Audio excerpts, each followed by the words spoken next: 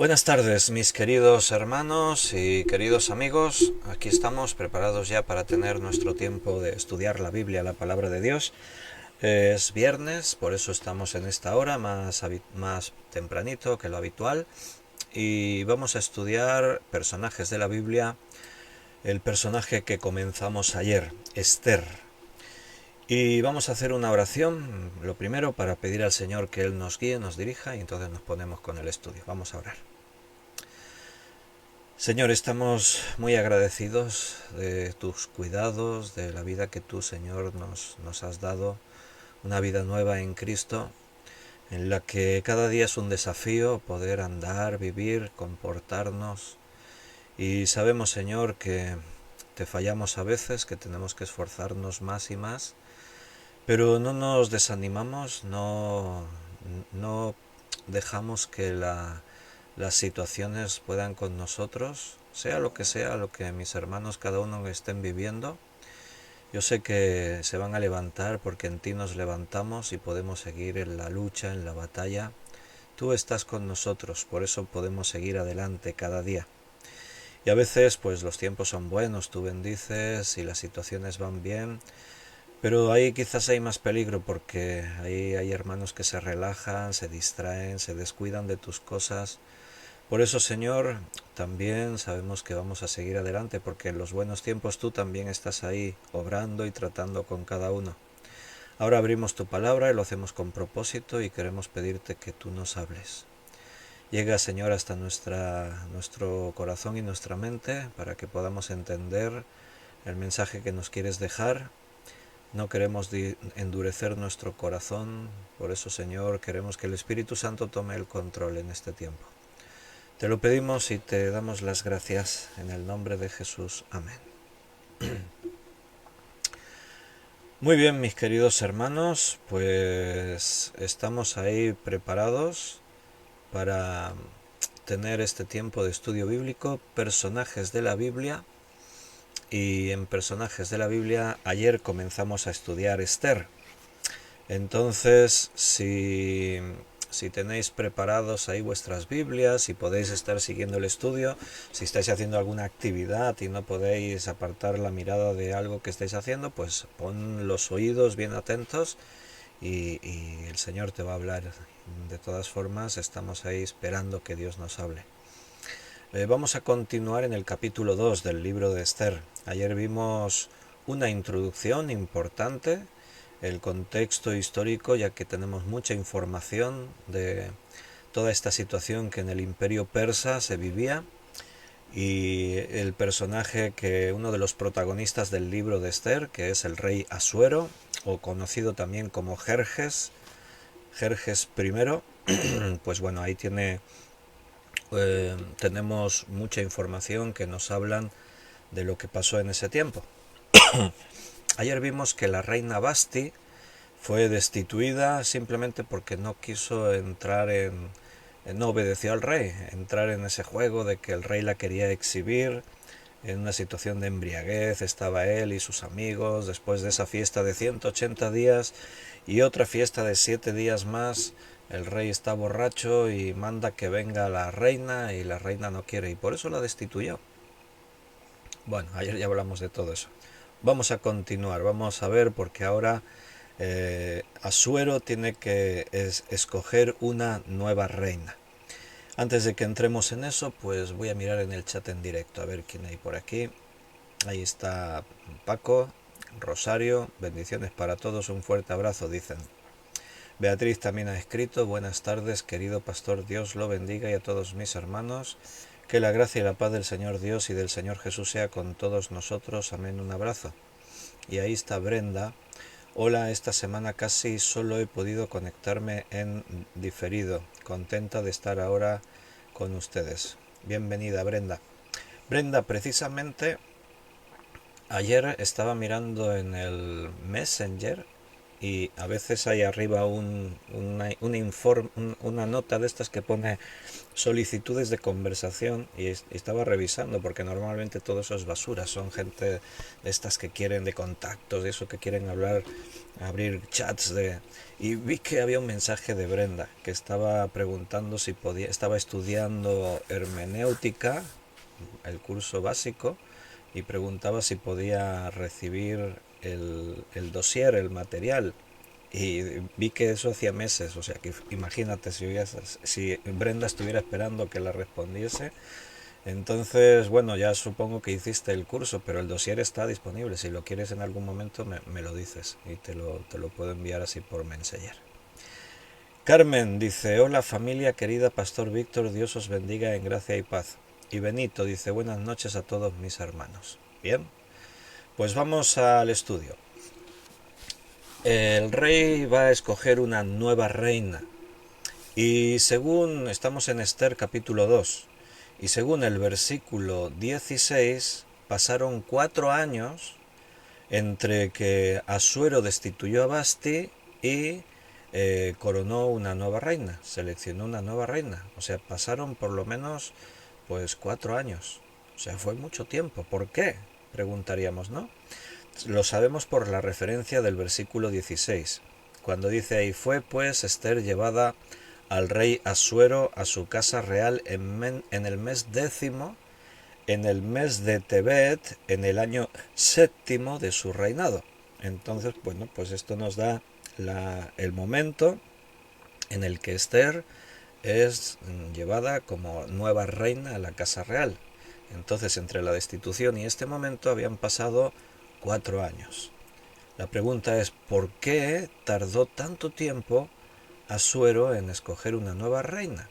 Y la respuesta está en el contexto histórico, por eso decíamos ayer lo importante de ver las referencias y situarnos en la historia, en las cosas que pasaron en todo ese tiempo, porque la respuesta se encuentra en esa invasión frustrada de los persas contra Grecia, que duró 2 años. O sea, ayer estábamos mencionando que en el 480, antes de que terminara la guerra, frustrado por la situación en Grecia, ya que fue derrotado, el rey regresó a su capital, a la capital Susa, la capital del imperio persa. Entonces eso coincide con las fechas que el libro de Esther nos está dando. O sea, año 480 el rey regresa. La deposición de la reina Basti fue entre el 483 al 482 a.C. Entonces, 2 años después es cuando el rey está en la guerra con Grecia, o sea, nada más de poner a Basti, él va a la guerra. 2 años después es derrotado, deja allí sus ejércitos, pero él regresa a la capital, regresa frustrado, no ha podido conquistar, no han salido bien sus planes. Y 2 años después de su regreso, entre el 479 y 478, entonces es cuando estamos en este momento en el que Esther va a ser nombrada reina. Entonces todo esto encaja. Por eso os decía ayer que importante contrastar con la historia secular, los datos que existen, fuera de la Biblia y tratar de armonizar con lo que la Biblia dice, y siempre encaja, siempre todo está en perfecta armonía, porque la Biblia es fidedigna, todo lo que la palabra de Dios enseña es cierto, es verdadero. Y la historia secular, la arqueología, registro fósil, etcétera, siempre han corroborado y han demostrado que la palabra de Dios decía la verdad, toda la verdad. Así que nos podemos imaginar, el rey viene frustrado de la guerra, regresa a su capital, a la capital Susa, y resulta pues que no tiene reina. Entonces Asuero necesita una reina. Así que se hace todo ese esfuerzo por seleccionar, por encontrar a una nueva reina.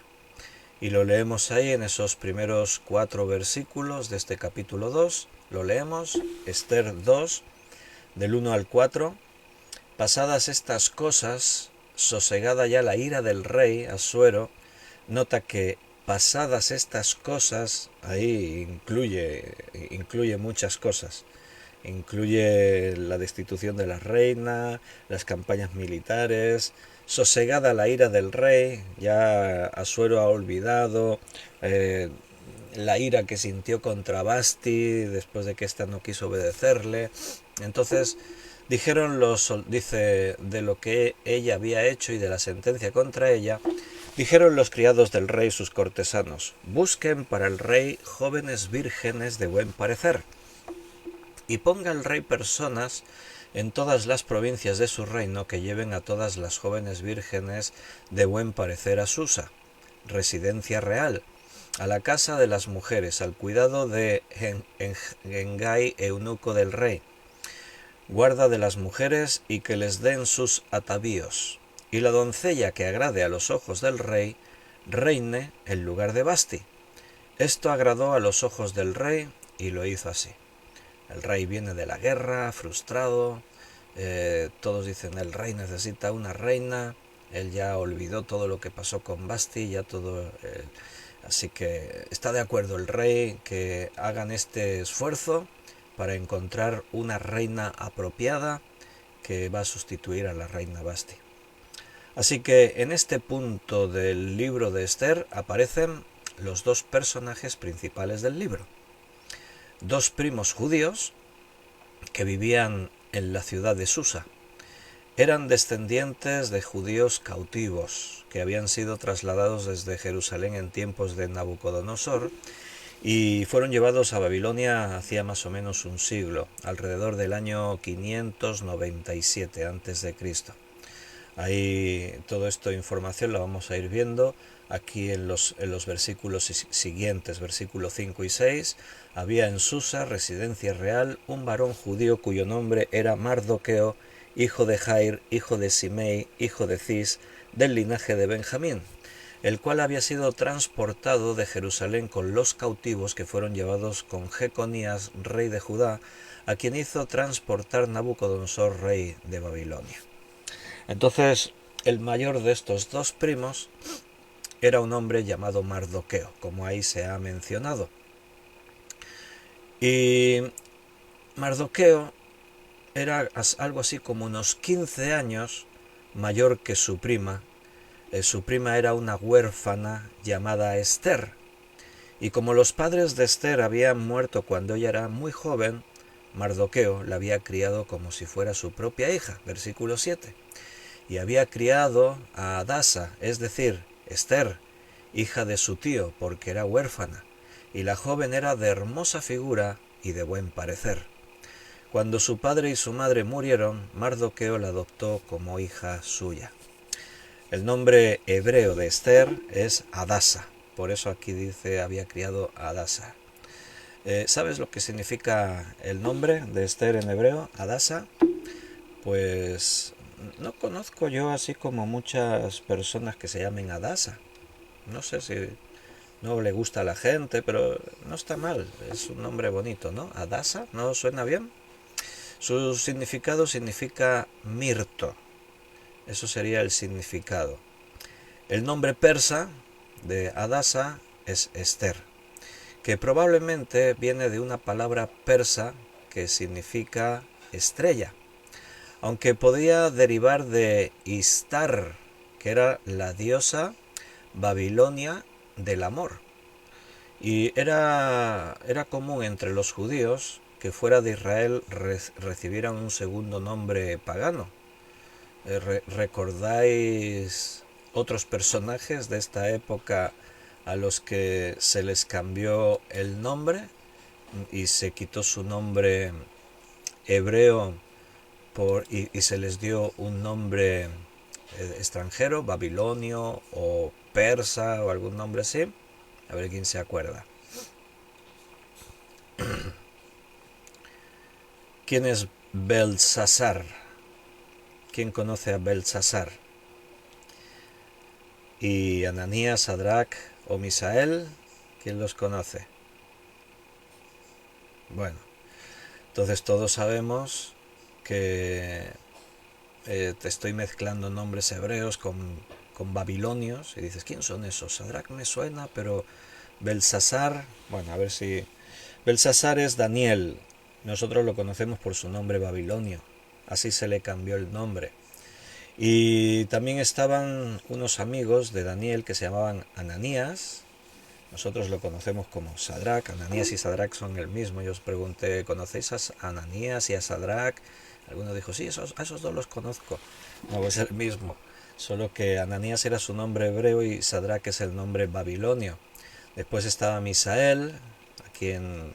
No sé por qué la mayoría conocemos más a estos personajes por sus nombres babilonios. Daniel, claro, el libro ya va con ese nombre. Pero Sadrach, Mesach y Abednego, muchos no recuerdan sus nombres hebreos. Bueno, Ananías, ya hemos dicho, era Sadrach. Misael era Mesach. Y Azarías era Abednego. Y bueno, y ahora estamos hablando de que a esta joven que se llamaba Adasa, pues ahí se les cambió en Persia su nombre y se llamaba Esther, y todos la conocían por su nombre Esther. Y el texto bíblico, como hemos leído, la describe como una joven virgen muy hermosa, de buen parecer, así que los oficiales del rey se dieron cuenta de su belleza exterior y la llevaron a palacio para vivir con otras jóvenes bellas, entrando en esta especie de concurso para ver quién de ellas se podría convertir en la futura reina. El historiador judío Josefo, él explica que, porque aquí la Biblia no nos da más detalles, y él explica que se seleccionaron a 400 jóvenes vírgenes como candidatas entre las 25 millones de mujeres que vivían en el imperio. O sea, 400 fueron las finalistas, fueron seleccionadas. Y después de hacer todos los preparativos necesarios, cada doncella iba a ser individualmente presentada ante Asuero. O sea que todas iban a pasar a formar parte del harén del rey. Pero una de ellas, solo una, iba a ser elevada a la posición de reina. O sea que estas 400 jóvenes, las más bellas del reino, iban a ser entrevistadas una por una con el rey. O sea, el rey iba a estar con cada una de ellas, y entre todas ellas la que más le gustase al rey, aunque todas quedaban en su harén, una de ellas sería nombrada reina. Así que hubo un año de estar preparando todo esto. Cuando una virgen aparecía ante el rey, aparecía, bueno, pues se preparaba y se adornaba y se arreglaba lo más bella posible, porque todas estas mujeres sabían que competían por convertirse en la reina. Así que se ponían los mejores perfúmenes, y en esa época el perfume pues se usaba con incienso, y había cosméticos, ya había en esa época, en estas culturas ya había lo que hoy en día llamamos maquillajes y cremas y cosas así, pero en otra forma, pero existían ya. Se trataba de poner la piel lo mejor posible, el cabello con fragancias agradables, y pues bueno, tratarían de ser lo más correctas. Se les instruía delante del rey, no te comportes de según qué manera, tienes que comportarte. O sea que todas eran instruidas exquisitamente para poder encajar perfectamente con la etiqueta de la corte imperial y las expectativas especiales que cualquier concubina real tenía que reunir. Y esto duró un año. Durante todo ese año, pues cada noche o cada no sé cuánto tiempo, una, dos, tres, iban a ser entrevistadas por el rey. Entrevistadas quiere decir pues que seguramente también iba a acostarse con ellas, iban a estar con ellas, y entonces él tenía que seleccionar cuál iba a ser la reina. Cada joven podía adornarse con joyería. Bueno, estaban en la corte del rey y ahí había medios, había recursos. Y después de pasar esa noche, si tenía el visto ya definitivo, pues se entraría a formar parte del harén del rey junto con las otras concubinas, y eso las ubicaba en un lugar determinado ya del palacio. Y ahí esperarían, no sabemos cuánto tiempo, como parte del harén real, y con la esperanza de que un día el rey pues se acordase de una de ellas y dijese: tú vas a ser la reina. Bueno, imagínate, ¿no? La expectativa. Y también tenía que ser una mujer que destacase mucho, porque imagínate, si tú eres la primera que vino ante el rey y detrás tuyo vinieron otras 399, pues dices ya el rey no se acordará de mí para nada, ¿no? Así que era una situación un poco así como rara, como especial, ¿no? Distinta. Pero bueno, eh, estas cosas se daban en ese tiempo. Hoy en día pues ya no, por lo menos en países occidentales y bueno, difícilmente en algunos lugares del mundo, aunque hay países en los que sí que hay reyes que tienen varias esposas. Esther tendría aproximadamente, no sabemos bien su edad, pero debía tener alrededor de unos 20 años cuando se enfrenta a esta prueba. Y como las demás, pues tuvo que esperar todos los meses que le tocaron para saber la decisión del rey. Cuando el rey decidió cuál de todas esas mujeres iba a ser la reina. Nos hemos detenido leyendo en el versículo.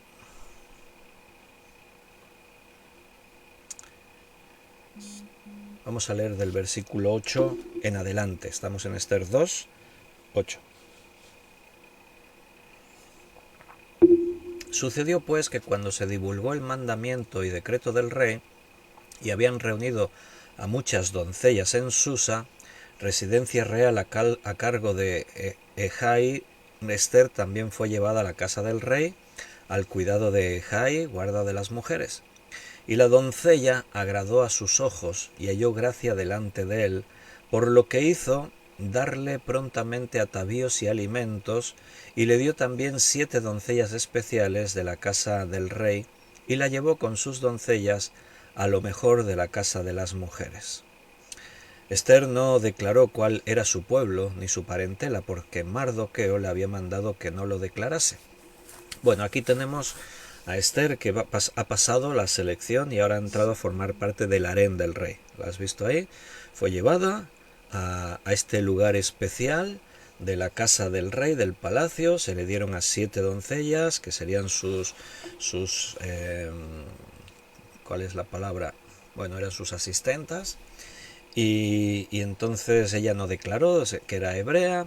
Tampoco parece que a Asuero le importase mucho la nacionalidad de cada una de esas concubinas. Y dice en el versículo,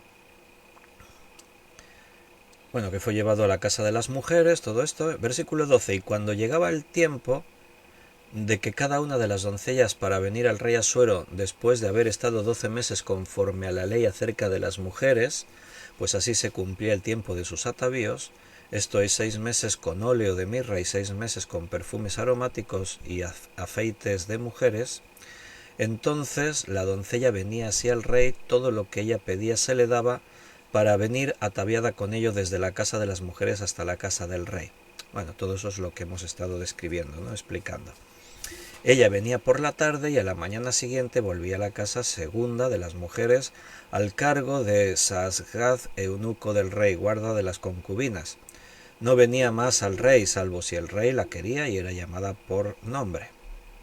Cuando llegó a Esther, hija de Abihail, tío de Mardoqueo, quien la había tomado por hija, el tiempo de venir al rey ninguna cosa procuró, sino lo que dijo Hegai, eunuco del rey, guarda de las mujeres, y ganaba Esther el favor de todos los que la veían. Bueno, Esther destacaba por todas las demás. Recuerda que todas estas 400 mujeres, según el historiador Josefo, habían sido seleccionadas, como dice también aquí el texto, entre las mujeres más bellas de todo el imperio persa. Pero Esther sobresalía. ¿Qué pasa? ¿Que Esther era tan bella?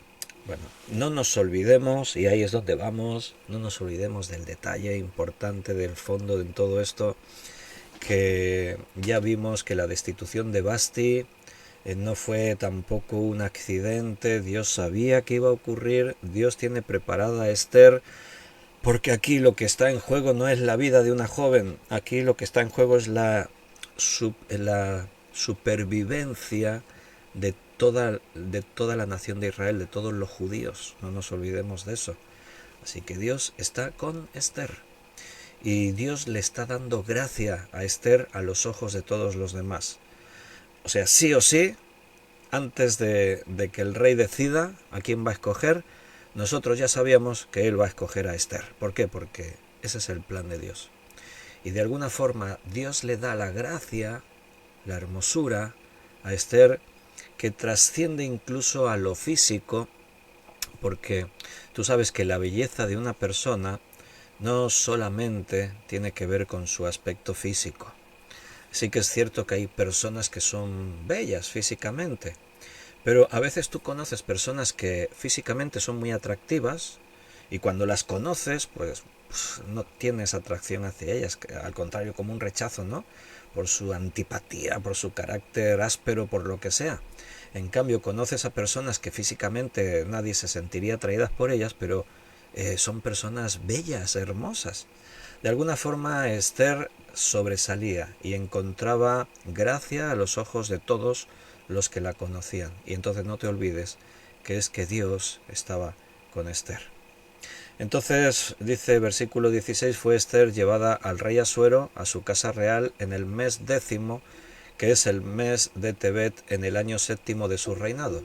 ¿Y qué dice ahí? Versículo 17, y el rey amó a Esther más que a todas las otras mujeres, y halló ella gracia y benevolencia delante de él más que todas las demás vírgenes, y puso la corona real en su cabeza y la hizo reina en lugar de Basti.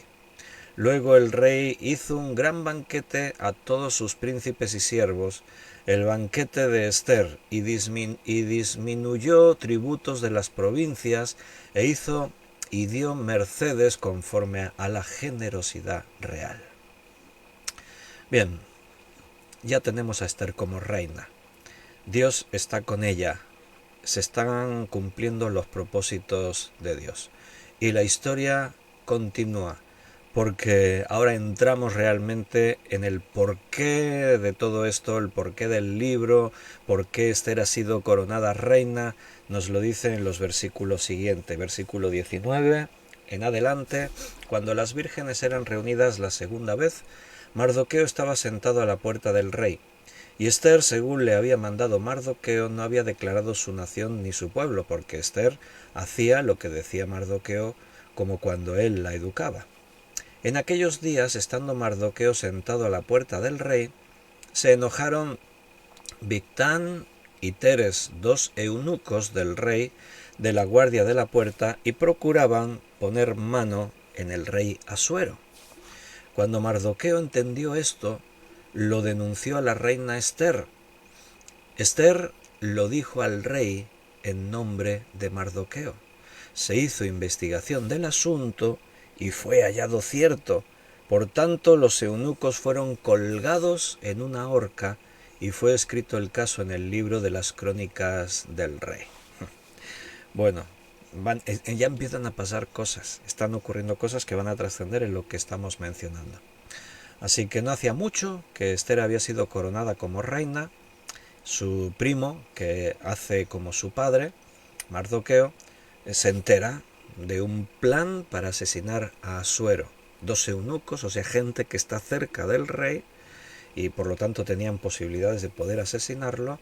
Él está escuchando lo que los otros creían que era una conversación privada y resulta que Mardoqueo se entera de un plan tremendo que planea asesinar a Asuero. Todo esto tiene un porqué. Dios está obrando y Asuero jugará un papel importante en evitar, como decíamos antes, que la nación de Israel sea exterminada. Va a haber, más adelante, ahora veremos, un plan que se va a desarrollar para exterminar a los judíos. Y Asuero tiene que estar como rey para que este plan no se lleve a cabo. Por eso está ahí Esther y por eso está ahí Mardoqueo, porque son los personajes claves a la hora de que ese plan se pueda desenvolver de una forma favorable a los intereses de los judíos y por lo tanto en el propósito y plan que Dios tiene. Estos eunucos los podemos mencionar como oficiales reales. Posiblemente, no sabemos bien, pero es lo que podemos imaginar, guardaban los aposentos privados del rey. Eran personas, como hemos dicho, cercanos a él, por eso los menciona ahí como eunucos del rey, ¿no? Entonces, no sabemos si su enojo contra Asuero venía por lealtad que ellos tuviesen hacia la reina Basti, que había sido depuesta. Si era así, pues tenían motivo, ¿no? De que querían matar ahora al rey porque justo ahora es cuando ha elegido una nueva reina. Pero no sabemos bien los detalles. El caso es que también aquí hay algo a destacar, y es que Mardoqueo tenía acceso a los lugares privados del palacio. O sea que Mardoqueo mismo parece ser que tenía una posición, oficialmente podríamos decir, dentro del propio palacio. Claro, era el padre de Esther, así que esto seguramente le permitió que él también pudiese ocupar un puesto importante dentro del reino, dentro del palacio. El caso es que por su posición, esto le permite enterarse de ese complot, de ese plan, y él se lo dice a la reina para que la reina se lo revele al rey. Es importante que las acciones de Mardoqueo se escribieran en los registros reales. ¿Te has fijado que lo hemos leído? Y fue escrito el caso en el libro de las crónicas del rey. O sea, no en la Biblia, no, en un libro oficial persa en el que ahí se mencionaba este detalle.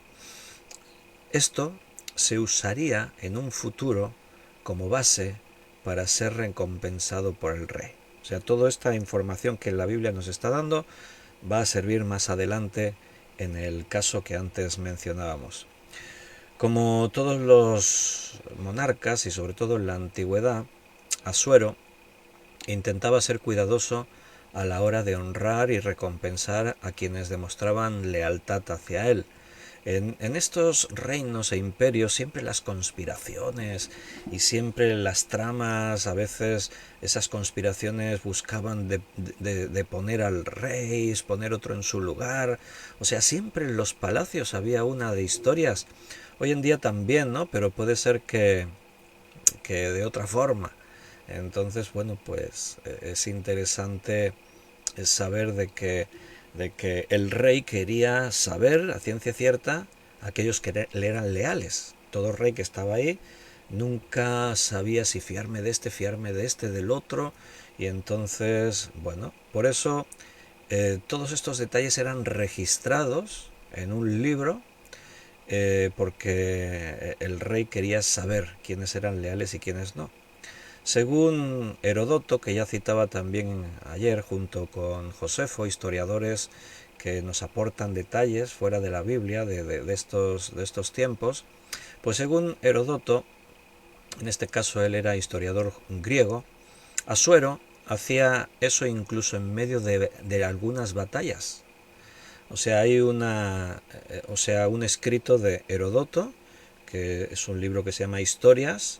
La referencia es 8.90.4 y en ese fragmento de sus escritos cito textualmente: siempre que Asuero, ahí aparece el nombre Jerjes, siempre que Jerjes veía a alguno de sus hombres lograr alguna proeza en batalla, preguntaba quién lo había hecho, y sus escribas anotaban el nombre del capitán con su padre y ciudad de residencia en ese registro.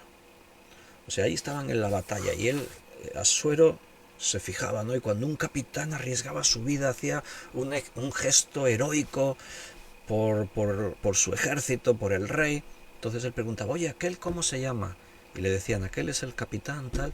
A los escribas que iban con él siempre, anotad su nombre, preguntarle quién es, cómo se llama su padre, su ciudad, apuntarlo en el registro. Así que el registro del valiente soldado sería correspondido con una honra apropiada por su demostración de lealtad.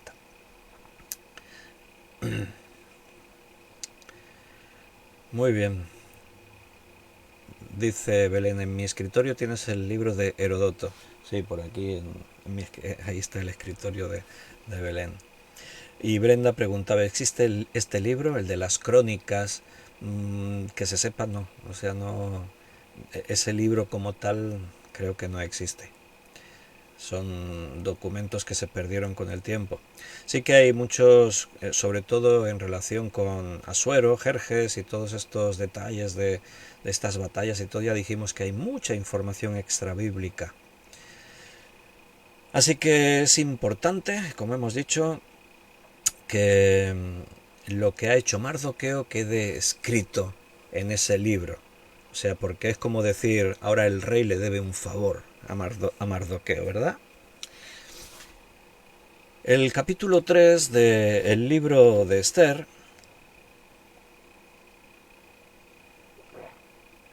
aparece otro personaje, pero en este caso malvado.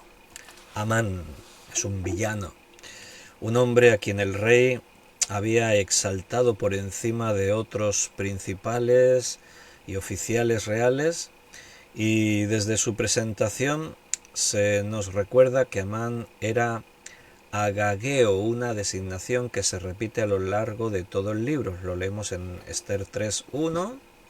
Después de estas cosas el rey Asuero engrandeció a Amán, hijo de Amedata Agageo, y lo honró y puso su silla sobre todos los príncipes que estaban con él.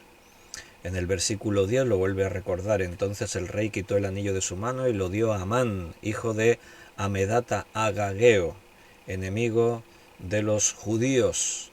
En el capítulo 8, versículo 3, vuelve a recordar que era Agageo. Volvió luego Esther a hablar delante del rey, se echó a sus pies llorando y rogándole que hiciese nula la maldad de Amán Agageo y su destino que había tramado contra los judíos. En el versículo 5 lo vuelve a decir, en el capítulo 9, versículo 24 lo vuelve a decir. O sea, ¿por qué repite la Biblia siempre que era Agageo? Bueno, porque este es un detalle importante. O sea, podría ser así como un detalle sin importancia, ¿no? Podría parecer y, bueno, es simplemente un dato, ¿no? Pero no es simplemente un detalle, es que ahí hay un fondo, hay algo de fondo, que es un hondo resentimiento que este pueblo tenía hacia los judíos, y por lo tanto el deseo de eliminarlos era algo que venía ya de su familia, de sus antepasados. Para entender bien todo esto, necesitamos saber que esa hostilidad entre agagueos y judíos se remontaba 1000 años atrás de esta historia que estamos leyendo. Estaríamos hablando del año aproximadamente 1445 a.C., cuando había ocurrido el éxodo de Egipto, cuando el pueblo de Israel salieron de Egipto. Cuando los israelitas fueron atacados por los amalecitas, los que estáis siguiendo la serie de Éxodo, pues seguro que lo vais a recordar bien, está allí en Éxodo capítulo 17, cuando ellos salieron de Egipto, pues resulta que fueron en el desierto, fueron atacados por este pueblo, los de Amalek, los amalecitas, que eran descendientes de Esaú, el hermano mellizo de Jacob. Y por este ataque, Dios maldijo a los amalecitas, profetizó contra ellos que un día se extinguirían. Esa maldición está recogida en el libro de Deuteronomio capítulo 25, versículo 17 al 19. 4 siglos después, el rey Saúl conquistó a los amalecitas y capturó a su rey, cuyo nombre era Agag, que lo estábamos viendo justo en la serie de personajes de la Biblia, estudiando el personaje de Jonathan. Y Saúl había recibido la orden de matar a Agag, pero no lo mató, desobedeció y le dejó con vida.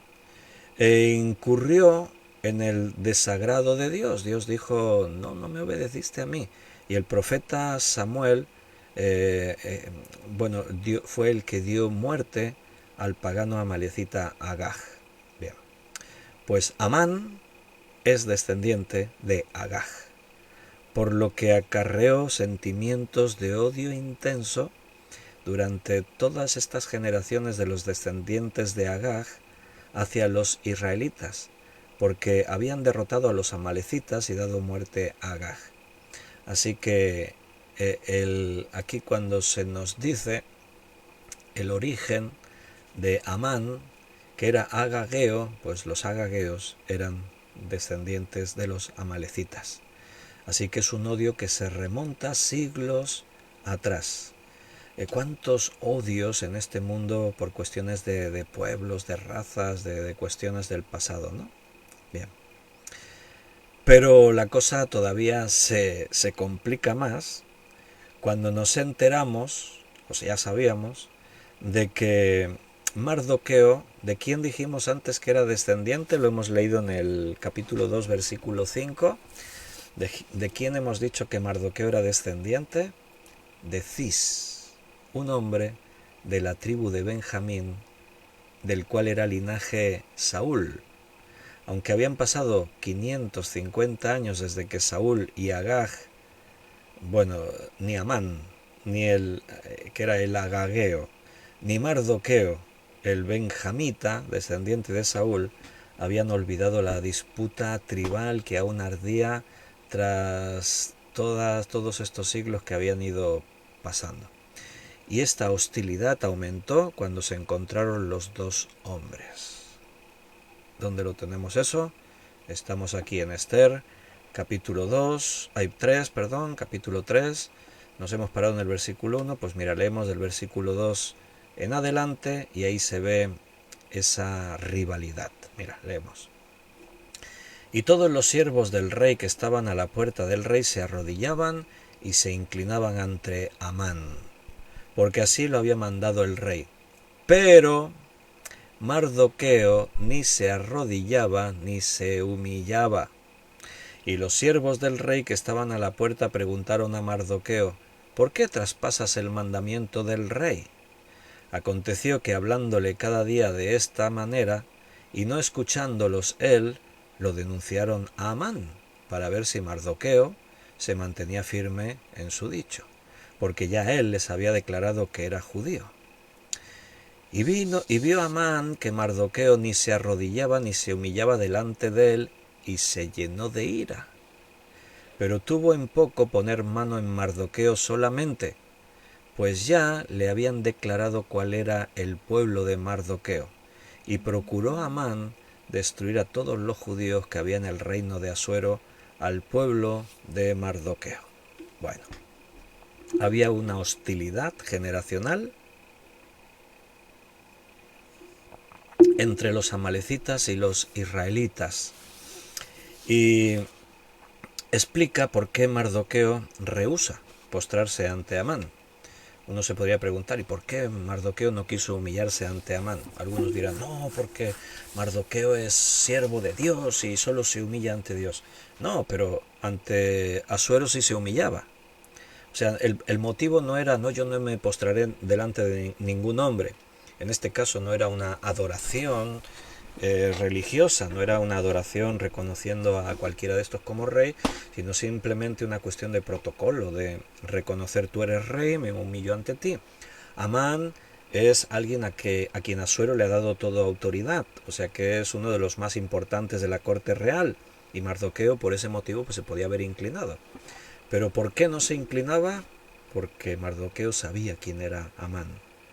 Era descendiente de, como hemos estado diciendo antes, ¿no?, de un antepasado que tuvo ahí que ver mucho con el pueblo de Israel. Era descendiente de Agag y él era descendiente de Cis, o sea, de la tribu de Benjamín, de la misma tribu que Saúl. Así que ahora entendemos por qué Mardoqueo no se quería postrar ante este hombre Amán. Y también entendemos que Amán no quería echar mano a Mardoqueo, sino que su plan iba mucho más allá. O sea, él dice, no, mira, podría eliminar aquí a Mardoqueo y ya está, pero Mardoqueo es judío, todos los judíos tienen que morir. Él quiere destruir a toda la raza judía. Ahí están los planes de Satanás de tratar de impedir que Cristo el Mesías viniese a este mundo. Lo que describe la Biblia es que Amán estaba lleno de ira, de odio contra no solo Mardoqueo, sino contra todos los judíos. Así que ahora nos explica el texto que Amán buscó el consejo de los magos y los astrólogos persas que echaron suertes para decir el mejor día para aniquilar al pueblo judío. Amán elabora un plan malévolo, malvado, de destruir a todos los judíos. Y entonces él consulta a los astrólogos, los magos, y después viene al rey. Y describe al rey falsamente a los judíos como una amenaza rebelde para todo el imperio. Viene Amán y le explica al rey, le dice, mira, hay un pueblo entre tu pueblo, los judíos, que son una amenaza para todos nosotros. Así que, mira, todos los judíos que viven dentro del imperio persa, vamos a quitarlos de en medio, los vamos a ejecutar, incluyendo los que vivían, o sea, todos los que habían regresado a la tierra de Israel, todos los que estaban bajo el dominio persa. Entonces, para endulzar su posición, Amán promete que al destruir a los judíos entraría una gran suma del dinero en el tesoro real procedente del botín que ellos dejaran. O sea que vino ahí para tratar de convencer bien a Asuero, ¿no? Y Asuero escucha todo esto y le convence, le convence. Vamos a leerlo ahí un poco más, nos hemos detenido. Vamos a leer en el versículo 7. En el mes primero, que es el mes de Nisán, en el año 12, el rey Asuero fue echada Pur, esto es la suerte delante de Amán, suerte para cada día y cada mes del año, y salió el mes 12, que es el mes de Adar.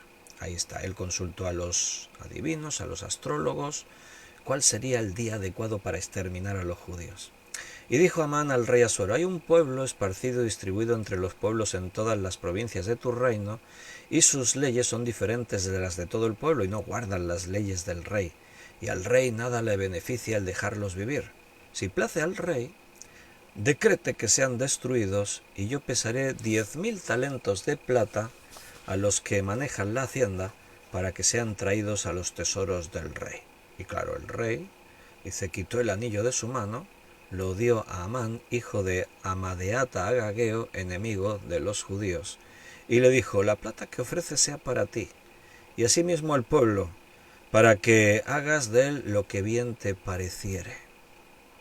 O sea que al rey le parece perfecto, el rey no necesita y que le vengan con limosnas de la plata, él quiere tener hombres leales a su cargo, en un derroche de poder. Adelante, haz como a ti te parezca. Y ahora, a partir de este momento, Amán se mueve con rapidez, dictando un decreto real por todo el imperio que establece ese día. 11 meses después, un día exacto, y tiene un propósito mortal. La orden, versículo 13, y fueron enviadas cartas por medio de correos a todas las provincias del rey con la orden de destruir, matar y exterminar. Te voy a repetir, destruir, matar y exterminar a todos los judíos, jóvenes y ancianos, niños y mujeres, en un mismo día, en el día 13 del mes 12, que es el mes de Adar, y de apoderarse de todos sus bienes. O sea, todo el imperio persa recibe esta información. Todos los judíos que habitan entre nosotros, este día exactamente, todos tienen que morir. Así que esto es para todos los ciudadanos de Persia. Si tú sabes que ahí tu vecino es judío, tienes que matarlo. Y te puedes quedar con sus propiedades. Del botín, una parte irá a los tesoros de Amán, que él le ha ofrecido al rey, pero que el rey ha dicho, quédatelos tú. O sea, yo no quiero nada, ¿no? Así que el servicio de mensajeros persa funcionaba, no era como hoy en día, internet, que todo llega ahí, pero tenían un sistema de mensajería. No sé si habéis oído sistemas de correo como el Pony Express, en que, igual lo has visto en alguna película, en que allí en los Estados Unidos y también en algunos países en Europa también se daba, los mensajeros iban a caballo de un puesto a otro. O sea, ahí el cartero, lo llamamos así, ¿no? O el mensajero, entonces iba de un puesto a otro puesto. En ese lugar, ahí esperaban caballos nuevos, frescos y nuevos jinetes descansados para tomar los mensajes que venían desde el palacio y continuar otro tramo de viaje, continuando con esta transmisión del mensaje. Y este era un sistema eficiente. Los decretos reales llegaban rápidamente a todas partes del imperio persa. Eran cuestión de días. En cuestión de días todo el imperio sabía la orden. Las noticias se extendían rápidamente desde los puestos en todas las direcciones. Desde ahí había otros puestos que iban más allá en todas las direcciones. Así que esta impactante noticia, imagínate los judíos cuando también se iban enterando de la noticia, ¿no? Si tú eres judío, vives en Persia y oyes eso, ¿qué piensas? Bueno, ha llegado nuestro fin. ¿Quién se puede enfrentar al poderoso Jerjes? ¿Quién se puede enfrentar al imperio persa, no? Así que la noticia se esparce con rapidez, produce esa tremenda angustia entre todos los judíos que viven en el imperio. Lo puedes leer ahí en el capítulo 4, versículo 3, y en cada provincia y lugar donde el mandamiento del rey y su decreto llegaba, tenían los judíos gran luto, ayuno, lloro y lamentación. Cilicio y ceniza era la cama de muchos. Uf, ¿te imaginas? Todos iban a morir en un mismo día.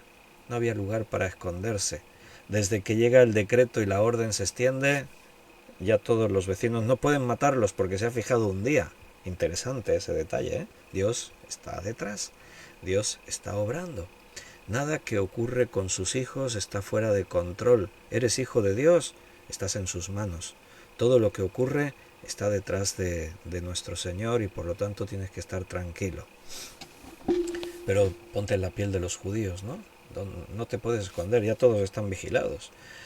El vecino de un judío lo tiene ya vigilado, este no se me escapa. Bien. Cuando Mardoqueo se entera del decreto del rey, de ese genocidio programado, pues ¿qué hizo? Pues rasgó sus vestiduras, claro, y se vistió con harapos y puso ceniza sobre su cabeza e hizo luto públicamente, como todos los demás judíos que estaban viviendo en todo el imperio. Así que imagínate ese espectáculo, sentado Mardoqueo fuera de la casa del rey, vestido con harapos, con ceniza sobre sobre su cabeza y dando pues mostrando esos lamentos, ¿no? Lo podemos leer ahí en el versículo Esther 4.1. Luego que supo Mardoqueo todo lo que se había hecho, rasgó sus vestidos, se vistió de cilicio y de ceniza y se fue por la ciudad clamando con grande y amargo clamor. Y vino hasta delante de la puerta del rey, pues no era lícito pasar adentro de la puerta del rey con vestido de cilicio. Y en cada provincia, le que hemos leído antes, todos hacían el mismo luto, versículo 4, y vinieron las doncellas de Esther y sus eunucos, y se lo dijeron. Entonces la reina tuvo gran dolor, y envió vestidos para hacer vestir a Mardoqueo y hacerle quitar el cilicio, mas él no los aceptó. Entonces Esther llamó a Atac, uno de los eunucos del rey, que él había puesto al servicio de ella, y lo mandó a Mardoqueo con orden de saber qué sucedía y por qué estaba así. Salió pues Atac a ver a Mardoqueo a la plaza de la ciudad que estaba delante de la puerta del rey. Y Mardoqueo le declaró todo lo que había acontecido, y le dio noticia de la plata que Amán había dicho que pesaría para los tesoros del rey a cambio de la destrucción de los judíos. Le dio también la copia del decreto que había sido dado en Susa para que fuesen destruidos a fin de que la mostrase a Ester y se lo declarase, y le encargara que fuese ante el rey a suplicarle y a interceder delante de él por su pueblo. Bueno, debió toda esta situación, pues imagínate, ¿no? Impactante, ¿no? En todo lo que está ocurriendo. El vengativo plan de Amán para el asesinato masivo de toda la población judía iba más allá que una simple venganza contra un hombre, Mardoqueo, porque no se inclinó ante él. Era una estrategia, como hemos dicho, sin duda, detrás de la cual estaba Satanás mismo. Las noticias no tardan en llegar a los oídos de la reina, de Ester. Su primo, el que ha hecho de padre con ella, está haciendo un numerito a las afueras de las puertas del palacio, vestido cilicio, con harapos. ¿Pero por qué hace eso? ¿Qué le pasa? Llevarle ropas y que se vista. Pero no, dice que vuelven los siervos, oye, que no quiere vestirse, que está empeñado en que no. ¿Y por qué? Y bueno, y ahí le dan el informe de lo que Amán ha conseguido. Ahí hay un edicto del rey que ordena que todos los judíos sean asesinados ese día preciso y exacto. Y le pide, Ester, suplica delante del rey por tu pueblo. Así que esa petición de Mardoqueo, de que Ester venga a suplicar al rey, parece simple. Bueno, pues ves y suplica. El rey ni siquiera sabe que Ester es judía, si no, no habría dado esa orden, claro. Pero esto es más complicado de lo que parece. ¿Recuerdas lo que hemos visto en el contexto? En Persia nadie, ni tan siquiera la reina, podía aparecer ante el rey sin una invitación expresa de éste. O sea, no cuando a la reina se le ocurriese, no. Tiene que ser el rey el que la mande llamar. Y por el contrario, ya vimos cuando él llamó a Basti y ella no quiso venir, ¿qué pasó? Destituida. Fuera, me buscaré otra reina. Y yo ayer os estaba hablando de las crónicas históricas que hablaban de Asuero como un hombre muy violento. Os contaba, según Herodoto, el historiador griego, que Asuero mandó construir unos puentes de madera en el estrecho que une el mar Mediterráneo con el mar Negro, y una gran tempestad destruyó esos puentes. Y entonces él mandó matar a todos los ingenieros que habían construido los puentes, y mandó a sus soldados que golpeasen el agua, que apuñalasen el agua, que aplicasen hierros ardiendo al agua. O sea, el agua le daba igual lo que estaban haciendo con ella, no tiene ningún tipo de sentimientos, pero eso demuestra el odio profundo y el carácter furioso, vengativo y violento que tenía este rey. Así que por eso decíamos, interesante ver todos estos aspectos históricos para ver con la situación que se encontraba Ester. O sea, Ester no podía venir ahí ante el rey así por su cuenta, pero es lo que Mardoqueo le pide. Ves y suplícale al rey. No pueden esperar que un día el rey diga, que venga Ester a verme. Puede llegar el día de la matanza y Ester todavía no tuvo oportunidad de hablar con el rey y pedir clemencia. Así que esta situación es muy delicada para Ester. Por eso comenzamos el estudio ayer leyendo ese texto en el que Ester dice, bueno, está bien, yo voy a ir a hablar con el rey, y si muero, que muera. O sea, ella entiende que la vida de los judíos depende ahora únicamente de ella. Todo está en su mano. ¿Podrá conseguir Ester que el rey Asuero tenga clemencia y cambie una ley?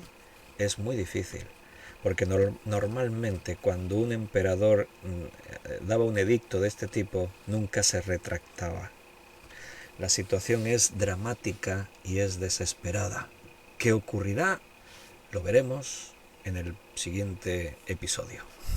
Se nos ha hecho la hora, así que tenemos que terminar. Lo dejamos así en suspense, todo en el aire. Pero para tu tranquilidad no te olvides, Dios está detrás de todo. Dios tiene sus planes, los tiempos le pertenecen a Él. Mis queridos hermanos, nos despedimos por hoy. Mañana sábado, si Dios nos permite, 9 de la noche, nos volveremos a reunir para estudiar su palabra. Ya estamos aquí en otro fin de semana. ¿Cómo pasan las semanas volando, no? Un abrazo muy fuerte, que Dios os bendiga y si Dios quiere, mañana seguimos. Hasta mañana.